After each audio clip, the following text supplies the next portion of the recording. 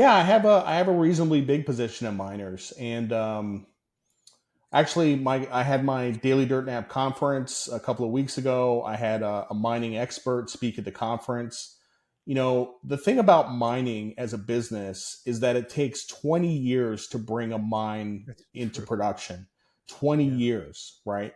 So, unlike other commodities like oil or corn or stuff like that, like supply does not immediately respond to demand. Like for gold, silver, copper, if there's a spike in demand, it's not as if you can just turn on production and increase supply and bring the price back down. Like we will have chronic shortages of metals over the coming years. And for a whole bunch of reasons, because of politics and everything else, and Investment. I environmentalism mean, and the stuff. investment has been terrible. Yeah. Yeah. But I am super bullish on the miners. Yeah.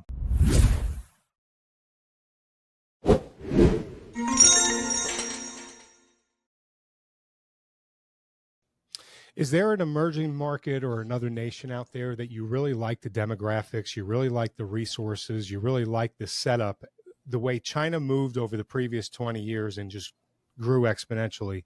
Is there another nation out there that you see from today moving forward that you like? Yeah, India is the obvious one, and I own India through an ETF. It's not one of my biggest holdings, but it's not my smallest either. But India has great demographics, great leadership, modernizing, building infrastructure, like lots of good things to like about India. Also, like Argentina, I think Malay is going to win. I think he is going to succeed, and I have a big bet on Argentina, which I actually put on months before the election. And that's been a terrific trade, and I'm sticking with that for the foreseeable future. Do you like Brazil with all their natural resources? I don't like Brazil with Lula in charge, that's for sure. So Okay. Brazil's been underperforming, and for good reason. Okay. So I'm going to steer us over to gold now. Jared, gold has broken out of a recent 4-year consolidation period that saw gold bounce between 1600 and 2000. It jumped to over 2400. It's pulled back some since. Do you believe the top is in for gold? What's next in line for gold, in your view? Um, so I think I literally spend 90% of my day thinking about this very question. I think about this all the time because gold is my largest holding. It makes up 40% of my portfolio. Um, so I think about this all the time. I originally thought that gold would get up to about 2,500, at which point I would hedge my position. I would just buy puts and hedge the whole position for a pullback to about 2250, and then I would take the hedge off, and then it would go to wherever 3,000 or whatever. And can I interrupt for a second? That Yeah. 2250 you're talking about, you think it was just going to test where it broke through? Well, it really broke out around 2070, but 2250 is kind of the 50. It's between the 50 and the Fibonacci retracement, So I think that's a good place for it to catch a bid. The price action today is actually pretty interesting. Um, there's a big seller out there today. Like there's a big seller. We got some very soft economic data. We got Chicago PMI. We got consumer sentiment. It ripped higher about $7 or $8, and then the selling kicked back in. So Maybe a bank. there's something like that. There's a big seller out there. So Yeah. So gold is usually considered a barometer for the currency. So what what is this breakout of this 4-year consolidation by gold telling you? it's telling me that the risk of monetization has increased dramatically. When a lot of people look at gold, they say, well, it's buying from, China and India, or they say it's because of the economy. I look at gold purely as a function of the probability of debt monetization. And in the last couple of months, the probability of monetization has gone up quite a bit. And the interesting thing is that gold has actually been positively correlated with interest rates, which isn't supposed to happen. But when interest rates go up, gold goes up. And that's because when interest rates go up, it increases the probability that we're going to monetize. So I actually did a Twitter thread about this a couple of weeks ago. I'm not sure if you saw it, but that's my whole thesis behind gold. Okay.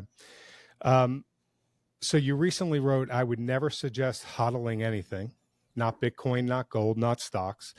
There's always a time to sell, yet gold broke out of a 13-year consolidation merely a month ago. If today's price action makes you nervous, you have paper hands. Jared, are you expecting the gold move to be a multi-year move, similar to the 70s, similar to the early 2000s, or do you think it's going to look quite different than those? I expect it to be similar to the 70s. I expect it to go parabolic. Precious metals in general have a fat right tail. Okay. The left tail is going down, the right tail is going up. And silver in particular, silver has the fattest right tail of all time. It explodes higher. But gold has a right tail, and if this starts to develop this potential for monetization, it's going to happen very quickly, and it will turn into a self reinforcing process. Interesting. And you expect a FOMO situation um, to evolve there, where basically anything with gold in the name, whether it be the bullion, the coins, or the stocks, they're going to all catch a bid. Yeah, I mean the interesting thing is that sentiment is still pretty quiet in Yeah, gold, very. relative to say 2011 when you had all the cash for gold stores and people were selling their gold at the cash for gold stores and there was all these gold line commercials and like that was a food fight for precious metals. It's still pretty quiet. If you talk to the average person, they have no idea that gold broke out of this consolidation and it's 20% higher. They have no idea. Right. Right. So yeah, so there's a long way to go here. Long way to go. So debt to GDP, it's around 125%. That's extremely high historically and dangerous. Almost every country whose ratio hits those levels eventually has a financial crisis. For comparison, during the 70s, the ratio was like in the 30s for the US. One of the ideas floating around to get the debt to GDP ratio back down to a palatable range around 40% and to avoid a crisis is to revalue gold from the current 2400 to say 20,000 and have the treasury retire a bulk of the debt pile with that. Um, in your opinion, how realistic is that? Is that something that would happen organically over a period of time, meaning it would revalue itself through market forces, or do you see a moment in time where it can be artificially revalued? Uh, I mean, I think if Luke Gromen were head of the Treasury, I think it might happen. But there's nobody in the Biden administration that is thinking about revaluing gold, and probably not in the Trump administration either. I think market forces will do it. I don't know what the number is. I don't know if it's 12,000 or 16,000 or 20,000, but we'll get there over time. We'll get there for sure. So We'll get there to 12, 16, or 20,000. yeah. Yeah, interesting. Jared, on Twitter X, you recently wrote that Bitcoin is not a store of value. Gold is a store of value. Would you speak into that?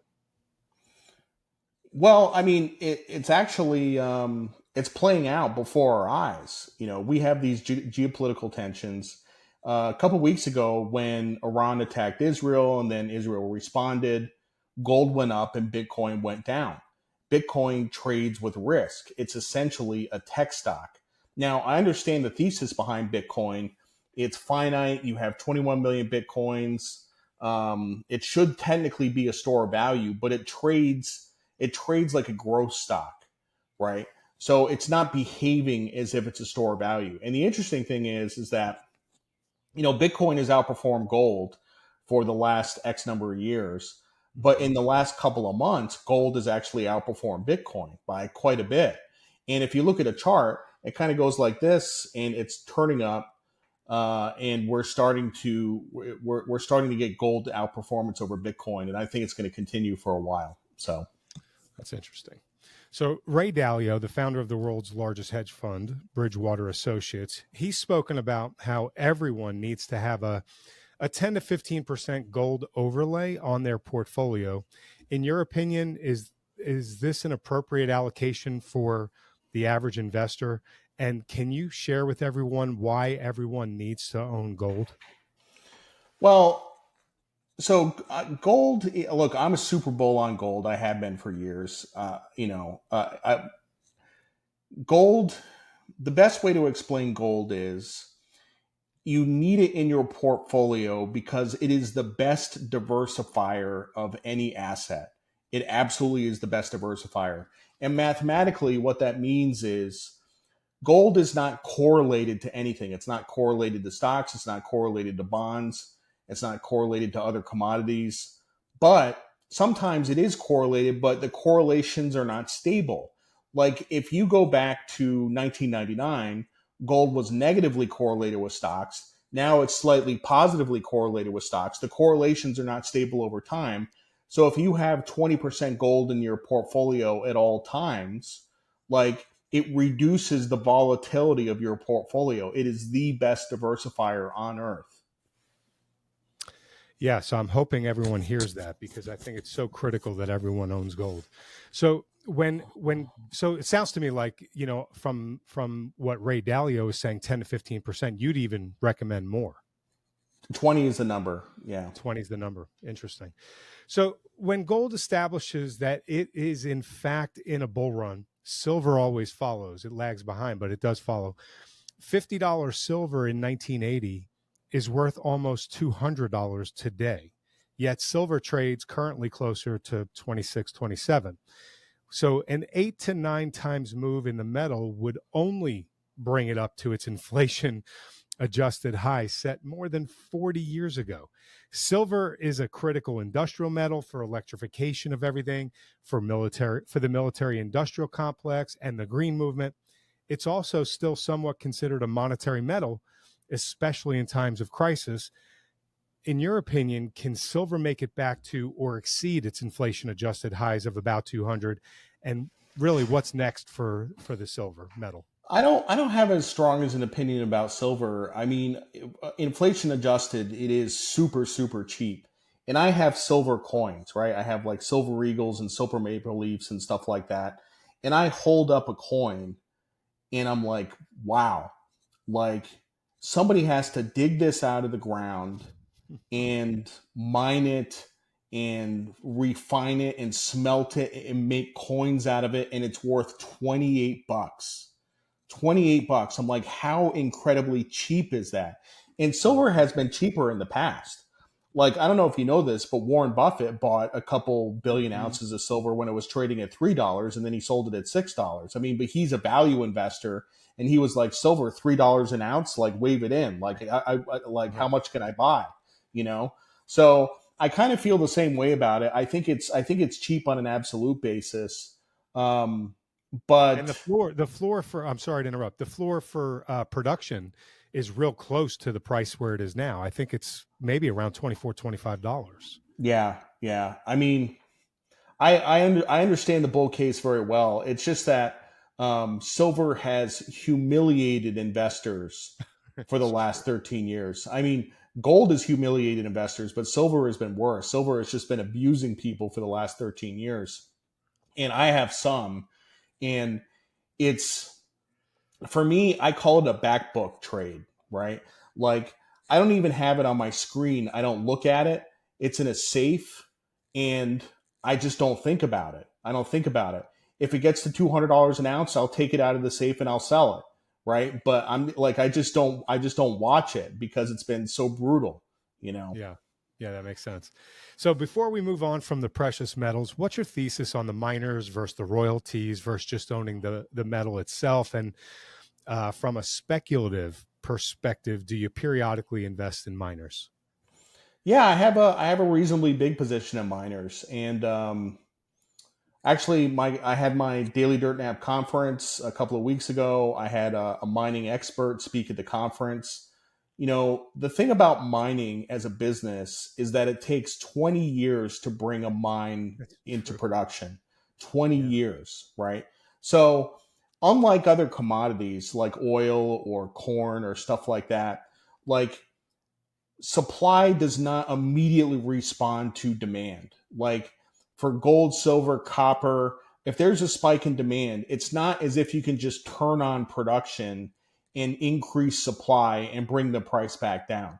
Like, we will have chronic shortages of metals over the coming years.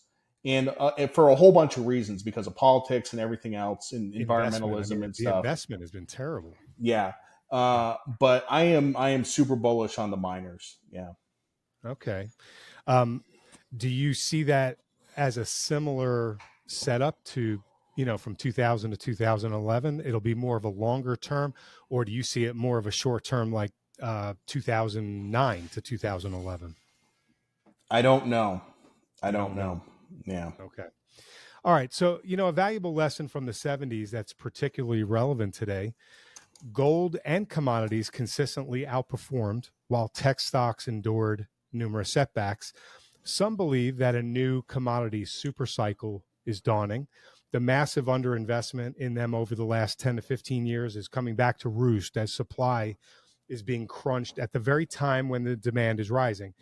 Jared, others believe that commodities are really not the place to invest, that the global economy is the indicator for why we should stay away. Over the last 100 years or so, commodities and the general markets seem to have been very cyclical. When the general markets rise, typically commodities don't. And when the general markets stall or drop, commodities typically seem to rise. So there's some inverse correlation between them to some degree. Where are we in the cycle? And are you a believer in a commodity super cycle thesis? Yeah, I'm absolutely a believer in it. I mean, financial assets have outperformed real assets for the last 20 years. We've been in this cycle, and now hard assets are starting to outperform. It's just, look at the chart. I'm sure you've seen that chart that's been passed around a million times about financial assets relative to real assets, and it's made the turn and it's heading higher. The funny thing is that gold has actually outperformed stocks since 2022. A lot of people play games with time frames and stuff. I mean, if you use 2000 at your starting point, gold has outperformed stocks by a lot. Mm-hmm. And also real estate has, which is another hard asset. Mm-hmm. If you go back to 2000, for gold is actually the top performer, and then real estate, and then stocks. That's amazing. So, oil and energy is such a critical factor to economies. The U.S. dumped millions of barrels of oil out of the Strategic Petroleum Reserve in the last inflation battle go round just a few years ago. Saudi Arabia and other OPEC producers have cut back their production in the last few years, while the U.S. has become the number one producer of oil over the last decade. Warren Buffett, who you mentioned, and Charlie Munger, they bought up Occidental Petroleum, and oil has hovered between $70 to $90 a barrel for the better part of the last 2 to 3 years. Outside of that explosive upside move prior to the SPR release. So what do you see for the price of oil over the next 12 or so months, and how it'll impact the US and Western economies? I don't know. I wish I could answer this question. I'm not an oil analyst. It's way over my head. Look, I could make up a BS answer and sound smart, but I Well, I just, appreciate no, I I really appreciate your don't know. honesty. Are you Yeah. looking at any other forms of energy, say uranium? Uranium. Actually, I think we put in a pretty big top a couple of months ago in uranium. We could make higher highs in the next couple of years, but sentiment got pretty hot, and I think we put in a pretty major top a couple of months ago. So Okay, so during the last uranium bull run, I believe there were 7 or 8 times where it topped, and it actually dropped somewhere like 17 to as high as 40%, and each time it stair stepped higher. So I don't know if you have an opinion on that. nope, nope. Oh yeah. So, Jared, in light of your worldview and all that we've discussed for the next 12 to 24 months, I know you said you're positioned with India and Argentina. Gold is your largest holding at 40%. What other assets do you like, and what assets do you not like? I'm heavily short private equity, very short private equity. I think that's going to look. I mean, we could talk about this for a long time, Private equity made sense when interest rates were zero and you were buying companies at 4 or 5 times multiples. Now interest rates are 5% and they're buying companies at 10 to 12 times multiples. There are 17,300 private equity firms in the US. There's too much competition for deals. People are paying higher and higher prices. There's nobody left to sell them to. There's no exits. I am heavily, heavily bearish on private equity. Is that the only thing that you're bearish on? A couple other things, but it's kind of idiosyncratic. So what's your take on the zombie companies now that interest rates have gone from 0 to 5.25? Do you see an issue with some of those that were barely profitable or not profitable at all, and how could that impact unemployment? No opinion on that. Sorry, no opinion on that. No, it's fine. Okay, so well, before we wrap up here and I ask Jared our final question, I want to point everyone over to our Substack. It's free. Go to metalsandminers.substack.com. We post free content on the consumer, economy, markets, artificial intelligence, individual metals and miners, and all of the expert interviews that we conduct. And when you subscribe, we want to give you a free gift. It's the report that we wrote based on the important Ray Dalio foundational premise titled, "If you don't own gold, you know neither history nor economics." This free gift is a must read for everyone on why we all should own gold. So head over to metalsandminers.substack.com, put in your email address, and subscribe and receive the free gift on us.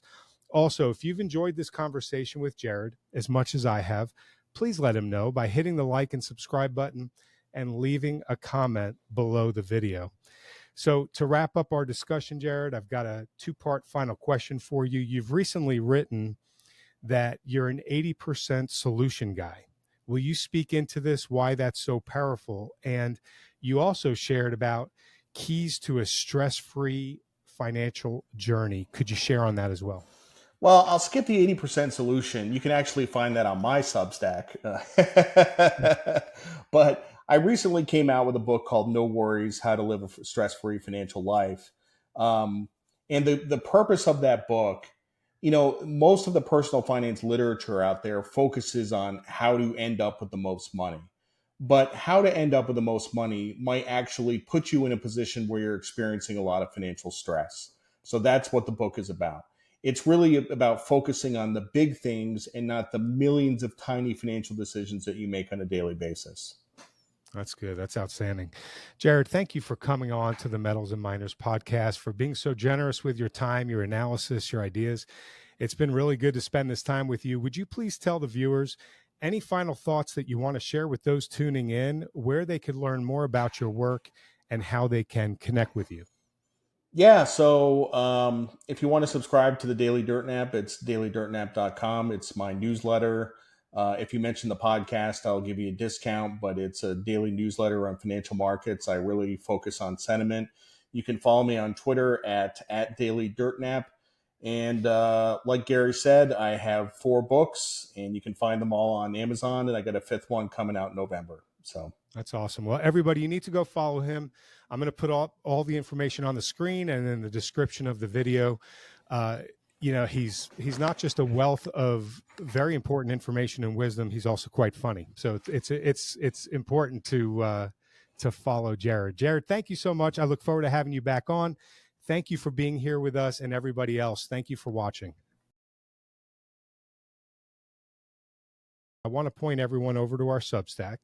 It's free. Go to metalsandminers.substack.com. We post free content on the consumer, economy, markets, artificial intelligence, individual metals and miners, and all of the expert interviews that we conduct. And when you subscribe, we want to give you a free gift. It's the report that we wrote based on the important Ray Dalio foundational premise titled, "If you don't own gold, you know neither history nor economics." This free gift is a must read for everyone on why we all should own gold. So head over to metalsandminers.substack.com, put in your email address, and subscribe and receive the free gift on us.